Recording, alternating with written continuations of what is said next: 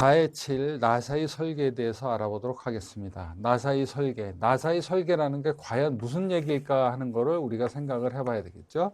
나사를 설계한다는 것은 나사의 강도가 우리가 원하는 하중을 버텨낼 수 있는가 하는 것을 우리가 찾아내고, 이 나사의 강도를 알아내서 나사의 크기를 결정한다라는 게 나사를 설계하는 거가 되겠죠. 그러니까 예를 들면 나사가 이렇게 있을 때, 나사가 이렇게, 나사산이 이렇게 되겠죠. 이렇게 됐을 때 여기에 하중이 이렇게 걸린다라고 하면, 그때 기준이 되는 거는 이 나사의 요 단면이 기준이 될 겁니다. 요 단면이 해당되는 것이 하중을 받아서 과연 이것이 부러지느냐 안 부러지느냐. 그래서 이 나사의 크기라고 하는 거는 요거의 지름 뭐 이런 것을 결정하는 거겠죠. 그래서 이런 것을 어떻게 결정하느냐 하는 것을 이번 그 4의 7절에서 나사의 설계 부분에서 보겠다라는 얘기고요.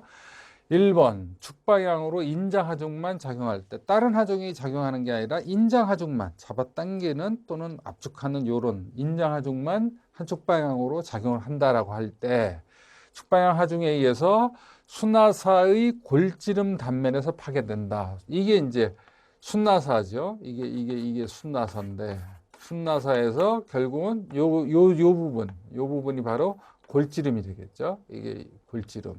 그래서 이 골지름, 제일 좁은 부분, 이 골지름에서 파괴가 된다라고 보는 거고, 이렇게 가정을 하면 이런 그 순나사가 받는 인장력을 우리가 어떻게 계산을 해줄 수 있냐면, 이게 골지름에 의해서 생기는 이게 단면적이 되겠죠. 이게 단면이 되겠고요. 단면적이 될 거고, 그 다음에 여기에 걸리는 하중이 되겠죠. 이렇게 되는 게 단면적분의 하중, 이것이 우리가 받는 인장 응력이 되겠죠. 그러니까 그렇게 해서 이렇게 만든 이 인장 응력이 이 재료가 가지고 있는 허용 인장 응력보다 작게 설계가 되면 이게 되는 거죠. 그래서 그 작게 설계하는 것 중에서 이 D를 점점 키워서 D가 점점 커져도 과연 어느 정도까지 얘가 버틸 수 있을까 하는 것을 보면 되겠습니다. 그래서 골지름으로 다시 이것을 이렇게 모아서 골지름으로 다시 이렇게 해석을 해주면, D1은 루트 5분의 4 시그마 A 그 허용 인장 응력 분에 여기 하중된 작용하는 축 하중, 이렇게 해가지고 이것을 루트로 씌운, 이것이 바로 이제 우리가 쓰려고 하는 골지름의 계산하는 방식이 되겠죠. 그래서 이렇게 계산을 해줘서 내가 이 허용하고 있는 이 골지름이 얼마 크기까지 되는지 하는 것을 보고, 이렇게 해서 구한 골지름이 우리가 요소 설계에서 적용을 하는 이런 순나사의 여러 골지름 중에서 이게 어떤 골지름이 딱 맞게 되는 게 아니겠죠. 예를 들어서 저 계산을 했더니 뭐 22.8이다, 8mm다, 이렇게 이게 계산이 됐다. 그러면 이거는 22.8mm를 그냥 쓸 수가 없죠. 왜 그러냐면 이거는 규격품이 아니니까.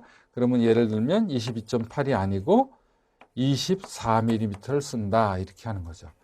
왜 24겠어요? 이거보다 더 큰? 여기 22도 있는데 이걸 안 쓰고 이걸 쓰는 이유는, 이걸 쓰면 위험해지는 거죠. 그렇죠.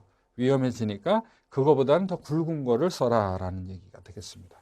그래서 그렇게 계산을 해주는 게 제일 처음, 축방향으로 우리가 인장 하중만 미친다라고 생각을 할 때 생각을 해주는 거고요. 바깥지름으로, 골지름이 아니라 바깥지름으로 생각을 해준다 그럴 경우에는 우리가 규격표를 보고 해야 되는데, 바깥지름을 사용하지 않을 경우에는 D는 0.8D로 가정을 한다. 골지름은 대략 바깥지름 곱하기 0.8 정도로 우리가 생각을 해준다라는 것을 기억을 해둘 필요가 있습니다. 그래서 우리가 조금 전에 구했었던 그런 하중으로 그랬을 때 골지름은 루트 파이분의 4, 그 다음에